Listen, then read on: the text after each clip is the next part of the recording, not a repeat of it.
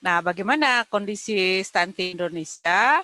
Kita lihat bahwa di dunia itu ya, kondisi stunting itu kita 21,3% 2019. Dan Indonesia itu termasuk yang di atas rata-rata dunia ya, itu sekitar 29%. Jadi pemerintah dan tidak hanya pemerintah ya, tetapi juga semua stakeholder ya, pemerintah dan masyarakat, dunia usaha harus saling berpegangan tangan di dalam menurunkan stunting itu begitu ya. Jadi memang stunting di Indonesia masih tinggi. Jadi kalau 29% hampir satu di antara anak balita Indonesia itu stunting.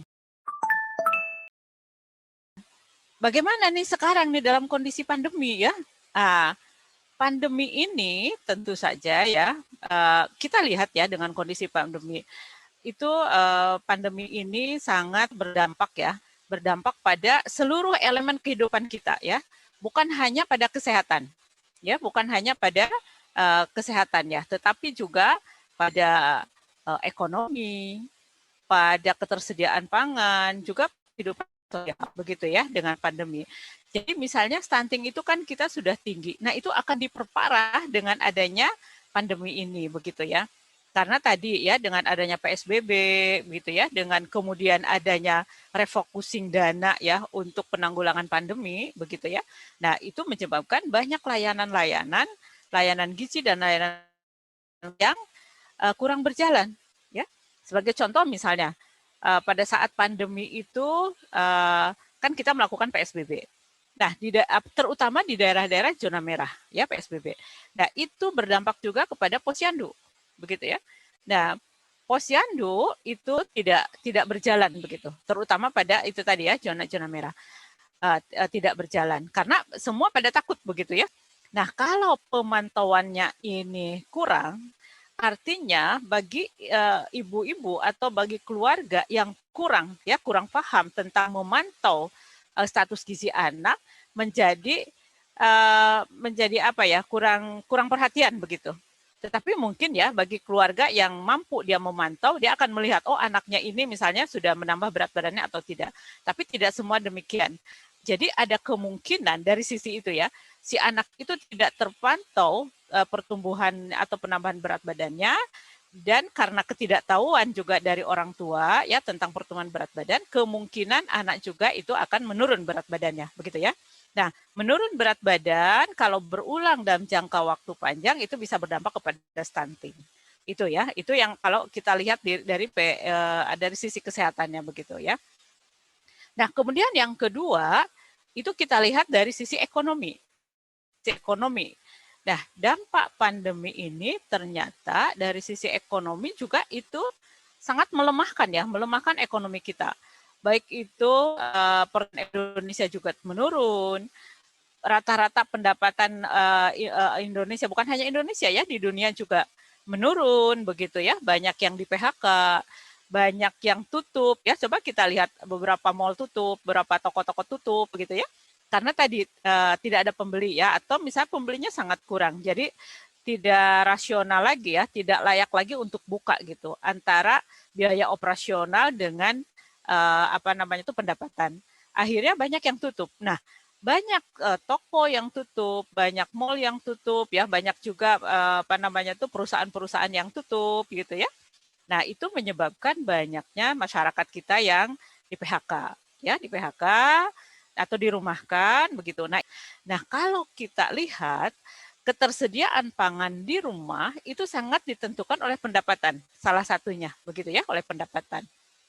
Nah, kalau pendapatan rendah, artinya ketersediaan pangan juga di rumah akan menurun. Nah, itu ya. Nah, ketersediaan pangan di rumah menurun berdampak kepada asupan pangan, asupan zat gizi, baik anak, baik orang tua, begitu ya, itu berkurang. Nah, yang paling akan kelihatan itu biasanya pada balita. Nah, kalau ini misalnya ya dalam jangka lama, pertama mungkin hanya penurunan. Makanya kemarin ada evaluasi di beberapa kabupaten kota ya tentang dampak pandemi ini terhadap studi anak. Jadi ada memang yang kabupaten kotanya itu betul-betul status stuntingnya itu meningkat. Tetapi ada yang status stuntingnya tidak meningkat ya, prevalensi stunting anak balita tidak meningkat, tapi justru yang meningkat itu adalah anak gizi kurang dan anak gizi buruk, begitu ya. Nah, kenapa anak gizi kurang dan anak gizi buruk yang meningkat? Karena tadi ini sih dalam jangka waktu yang relatif pendek ya, misalnya dari Mei, Juni, Juli, Agustus, nah itu. Jadi itu belum berdampak kepada stunting. Tadi karena stunting itu kan kronis ya, dalam jangka waktu yang panjang. Nah, tetapi di Indonesia sendiri, di Indonesia ya, belum ada nih, berapa sih sebenarnya ya prevalensi stunting saat ini, itu nggak ada. Tetapi penelitian-penelitian yang terpisah-pisah ya, misalnya penelitian kami kemarin ya di Cianjur, di Tasik, di Garut, begitu ada itu ya datanya. Kemudian juga misalnya penelitian di Bangka Belitung itu juga ada ya hasilnya. Nah, itu yang memperlihatkan kepada kami bahwa ada yang sebagian besar itu menyebabkan pandemi ini meningkatkan prevalensi stunting pada balita. Tapi ada yang prevalensinya itu tetap, ada juga yang prevalensi stuntingnya juga menurun, tapi itu hanya sedikit sekali begitu ya. Tapi ini memang data dari masing-masing kabupaten kota. Tapi yang terlihat adalah tadi status gizi kurang dan status gizi buruk itu juga semakin meningkat dengan adanya pandemi ini. Dan ini sesuai juga dengan prediksi dari internasional IFRI ya, IFRI. Nah, itu diprediksi bahwa secara global gitu ya, secara global prevalensi stunting ini akan meningkat 20% secara global, begitu 20%. Itu ya secara global. Yang paling tinggi itu peningkatan di Afrika, tetapi di Asia juga ini meningkat, yaitu 15%. Ya, 15%. Nah, artinya memang bukan hanya di Indonesia ya yang terkena dampak dari pandemi ini, tetapi juga memang secara global prevalensi stunting itu meningkat. Nah, inilah justru yang akan menjadi tantangan. Karena apa? Karena di satu sisi pemerintah itu ya, presiden kita, Presiden Indonesia ya, pemerintah Indonesia ingin menurunkan stunting itu sampai 14% tahun 2024. Tapi dengan kondisi seperti ini merupakan suatu tantangan yang sangat besar begitu pada kita. Nah, tentu saja disinilah kita harus saling berpegangan tangan dan saling memperhatikan bagaimana stunting itu bisa ditangani dengan baik begitu. Kebetulan saya lihat ada data nih ya, ada data tentang kunjungan balita ke Posyandu periode semester pertama 2020. Di sini menurut kabupaten kota di Kepulauan Bangka Belitung. Ini kita lihat ya bahwa di sini ini terjadi penurunan ya. Bahkan pada saat April, cakupan pemantauan balita di Posyandu itu hanya sampai 30%. Bahkan ada yang 5%. Artinya kan sedikit sekali ya turun sangat drastis. Padahal kita itu inginnya kan di atas 70%, bahkan 80% minimalnya begitu ya. Nah, ini turun sekali. Nah, kalau misalnya cakupan pemantauannya turun, begitu ya, cakupan pemantauan turun, artinya apa? Artinya banyak balita yang tidak terpantau dengan baik, ya. Itu ada kemungkinan terjadinya penurunan berat badan atau tadi peningkatan stunting pada masa-masa pandemi tersebut karena tadi ya tidak berjalannya pemantauan atau rendahnya cakupan pemantauan balita di Posyandu. Nah, bagaimana caranya agar Posyandu itu tetap berjalan? Nah, tentu saja ya tadi penurunan pemantauan di Posyandu itu kan karena tadi ada ketakutan dan juga ada ketakutan tadi ya, ketakutan terpapar COVID ya, dan juga ada kebijakan PSBB ya untuk tidak berkumpul begitu ya, berkumpul banyak orang di suatu tempat. Nah, takutnya itu menjadi klaster baru ya, terjadinya penularan COVID. Nah, tentu saja untuk hal ini tetap kita bisa melaksanakan posyandu. Nah, bagaimana caranya melaksanakan posyandu pada saat kondisi pandemi? Yang pertama misalnya satu dengan memperbanyak frekuensi buka. Kalau dulu kan posyandu itu 1 bulan sekali ya, 1 bulan sekali. Misalnya minggu pertama 1 hari aja, misalnya tanggal 5 atau tanggal 2 begitu. Nah, karena kondisi sekarang tidak boleh terjadi kerumunan ya, kerumunan begitu, maka itu bisa dibagi menjadi 3 hari misalnya. Jadi hari pertama misalnya 20 orang, hari kedua 20 orang, hari ketiga 20 orang, begitu ya kalau 60. Nah, kalau misalnya lebih banyak orang lagi, ya mungkin harinya lebih ditambah lagi. Nah, kemudian itu pun yang 20 tidak pada jam yang sama ya, tetapi misalnya jam 8 5 orang misalnya ya, jam 8 sampai 8.30 5 orang, 8.30 sampai jam 9 5 orang, sehingga itu dalam 2 jam begitu ya, sudah 20 orang itu sudah terpantau. Nah, bisa juga seperti itu ya posyandu. Atau yang kedua, itu tadi ya, ada yang kedua, juga kalau posyandu itu misalnya tidak bisa berjalan, maka ada kunjungan rumah. Ya, kunjungan rumah. Nah, kunjungan rumah dilakukan oleh kader tentu dengan APD lengkap ya, APD tingkat 1 ya disebutnya APD lengkap. Begitu. Nah, itu pemantauan bisa dilaksanakan di rumah balita begitu ya. Mungkin ini rumah balita yang misalnya agak jauh misalnya dan sebagainya ya. Nah, ini hal-hal yang seperti ini pemantauan.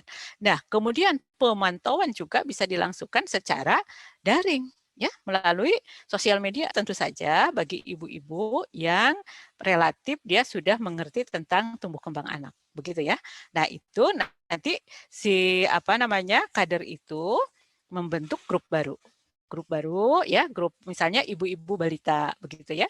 Nah, kemudian kader itu akan menanyakan, "Ibu bagaimana anaknya, mau makan tidak, kira-kira berapa berat badannya?" Tentu saja, nah ini grup ini adalah bagi ibu-ibu balitanya yang relatif mengerti lah ya tentang tumbuh kembang anak.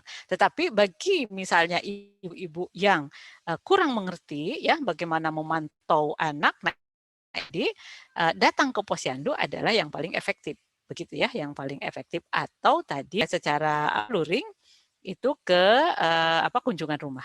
Nah, itu ya yang bisa bisa dilaksanakan. Nah, karena bagaimanapun juga pemantauan ini sangat penting bagi tadi menjaga ya status gizi balita jangan sampai turun ya selama pandemi ini. Kemudian yang kedua tentu saja kita harus tetap membangun KIE ya. Jadi dengan PSBB ini kita kan terputus nih ya, banyak terputus hubungan secara luring ya, bertemu itu terputus. Tapi itu jangan memutus penyuluhan, jangan memutus edukasi ya, jangan itu. Nah, bagaimana? Nah, caranya adalah dengan membangun sistem informasi secara daring. Misalnya ya, ibu-ibu hamil dibuat dalam satu WA group begitu ya. Kemudian di WA group itu ada pemantauan bagaimana ibu-ibu, apa yang dirasakan, berapa berat badannya dan sebagainya. Kemudian selain itu juga di-share ya. Di-share materi-materi yang bisa juga meningkatkan pemahaman atau pengetahuan si ibu hamil. Nah, itu salah satunya ya. Kemudian juga bisa kalau seperti kita misalnya ya online meeting room kalau memang memungkinkan ya. Kalau tidak memungkinkan biasanya kan hampir semua orang biasanya sekarang mempunyai itu ya, mempunyai handphone ya. Nah, setidaknya mungkin kita juga men-share materi-materi yang tidak berat. Oh ya untuk makan sekarang Bu sebaiknya ada ini. Nah, itu aja untuk mengingatkan. Apakah Ibu misalnya jangan lupa Bu untuk mengkonsumsi FE-nya karena FE ini akan begini. Nah, nggak usah terlalu panjang lebar. Nah, seperti itu.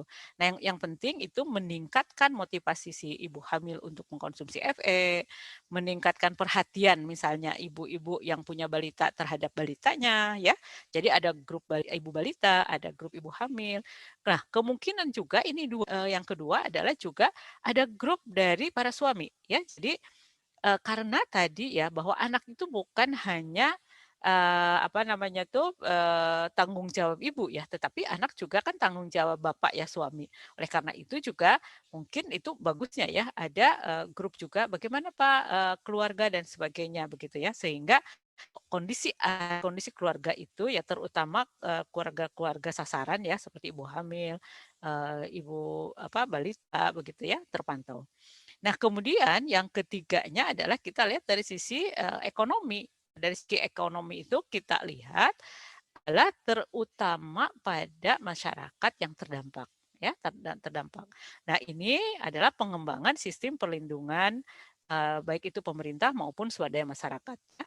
Jadi seperti sekarang, kan ada masyarakat tidak boleh keluar, tidak boleh bekerja begitu ya. Nah, bagi yang pekerjanya mungkin dia gajinya bulanan dan bisa dirumahkan, itu masih mendapatkan, apa, pendapatan. Tapi kalau bagi yang pekerjanya harian misalnya, itu seperti apa itu ya kalau misalnya dia tidak bisa keluar. Nah, disinilah tanggung jawab kita semua. Nah, pemerintah kan sekarang sudah memberikan ya, memberikan bantuan agar selama pandemi ini orang tidak terlalu banyak keluar, tetapi juga dia konsumsinya terjaga, tidak sampai rawan pangan. Nah, itu ada penguatan jaring pengaman sosial ya. Dan pemerintah sudah banyak ya di sini memberikan bantuan BPNT ya, bantuan pangan non tunai gitu ya, PKH dan sebagainya dan bantuan-bantuan yang melalui RT RW itu ya, yang misalnya bantuan beras dan sebagainya itu. Nah, tentu saja ini tidak bisa ya, tidak bisa terus-terusan seperti itu ya. Itu kan jangka pendek dalam kondisi apa sekarang bencana. Tetapi pada masa setelah pasca bencana ini tentu saja belum tentu si apa bapaknya itu langsung bekerja. Nah, oleh karena itu di sini harus ada pengembangan ekonomi dalam jangka menengah. Caranya bagaimana? Nah, itu melakukan pemberdayaan ekonomi masyarakat. Nah, tadi ya, misalnya keluarga-keluarga yang terdampak dididik untuk menjadi wirausaha. Ya, wirausaha apa? Secara online. Jadi kan itu kan mudah sekali ya, mudah sekali kita apa namanya tuh mendapatkan makanan, membeli makanan secara online, mau baju secara online gitu ya, maupun yang kita butuhkan tinggal kita lihat. Nah, itu. Nah, hal-hal yang seperti ini yang bisa menguatkan, ekonomi masyarakat dan juga ekonomi negara dan juga tadi, kita berharap bahwa pada, apa namanya tuh, pada masa setelah pasca, itu tidak menyebabkan peningkatan, apa, atau status gizi kurang, status gizi apa, stunting ya, atau wasting gitu kan di masyarakat. Nah, kemudian penguatan sistem pangan, karena tadi pangan ya, penguatan sistem pangan itu apa? Satu adalah, pemerintah tetap dalam kondisi seperti ini harus menjaga harga pangan. Harga pangan jangan sampai meningkat ya, karena kita tahu sendiri bahwa sekarang kan, menurun nih ya, menurun pendapatan. Nah, jangan sampai harga pangan itu justru meningkat. Nah, itu kenapa demikian? Karena kalau misalnya harga pangan meningkat, akan semakin sedikit ya, masyarakat yang bisa menjangkau makanan-makanan yang sehat. Jadi pemerintah harus menjamin bahwa ketersediaan apa namanya tuh, dijamin ya ketersediaan sesuai dengan kebutuhan masyarakat, harga juga sesuai dengan keterjangkauan, begitu ya, dan stabil begitu ininya. Nah, dan yang terakhir adalah penguatan, apa namanya tuh, perlindungan berbasis masyarakat. Yaitu tadi, masyarakat-masyarakat itu juga harus bisa, bersatu padu ya, melindungi masyarakat itu sendiri.